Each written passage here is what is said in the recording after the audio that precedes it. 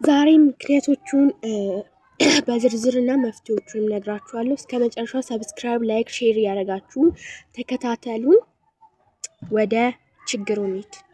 በመጀመሪያ እንቅልፍ ማለት ተኝተን ምናምን ነገር አምሽተን ጠዋት ወደ 12 ስንነሳ ይደብረናል። ቀን ላይ ወይ በቃ ማለት ይደብረናል። በቃ ምን ነገር ብናደርግ እንቅልፍ ካልተኛን ወይ ይጫጫነናል። ምን መሰላችሁ ለመሰላችሁ ይሄ ነገር የሚመጣው ብዙ ሰው አያውቀውም በነገራችሁ ላይ እና የዚህ ችግሩ ዋናው እንቅልፋም ስለሆንሽ ነው ስለሆንክ ነው። ምድረ እንቅልፋም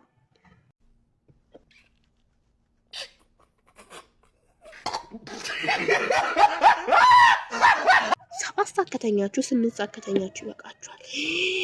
እስከ 3 ሰዓት ካላረፈዳችሁ በቃ እንቅልፍ አልተኙም። እና ደግሞ ረሃብ ሆዳም ስለሆናችሁ ምድረ ከርሳም እንበላችኋል። አጾሙ ይርባችኋል። ጠዋት ተነስታችሁ ቁርስ ካላገኛችሁ ትነጫነጫላችሁ። ምንም መፍትሄም ችግር የለውም። ሆዳምና ከርሳም ስለሆናችሁ ነው። ከርሳም በስማም አችሉም ደግሞ ወይ ደግሞ በስ ደግሞ ቆየት ነው የሚገባው። የምትበሉት በእግዚአብሔር እንደምትበሉት እኮ ቢሆን ኖሮ ዳሽን ተራራን ነበር የምታክሉት። በላችሁ እቹት ምንድነው? የት ነው የሚሄደው የምትበሉት ምግብ? ምድረ እንቅልፋም ምድረ ከርሳም